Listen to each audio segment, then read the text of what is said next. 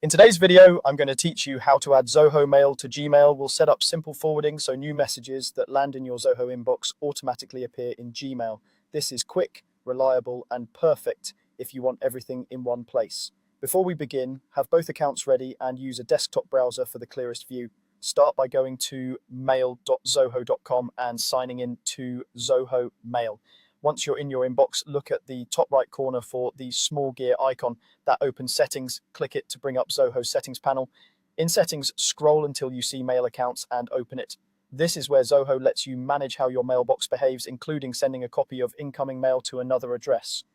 Inside mail accounts, choose forwards. Think of this as the control center for forwarding. When enabled, Zoho delivers a copy of each new message to a destination you specify, while keeping your original inbox intact unless you choose otherwise. Enter your Gmail address in the forwarding field, then confirm or save. Double check the spelling. Even a small typo will block verification. As soon as you submit it, Zoho sends a verification email to that Gmail address to confirm ownership. Open Gmail in a new tab and look for the message from Zoho. If it's not in primary, check spam, promotions, or other tabs and give it a minute to arrive. Open the message and follow the instructions. Typically, you'll click a verification link or copy a code back into Zoho.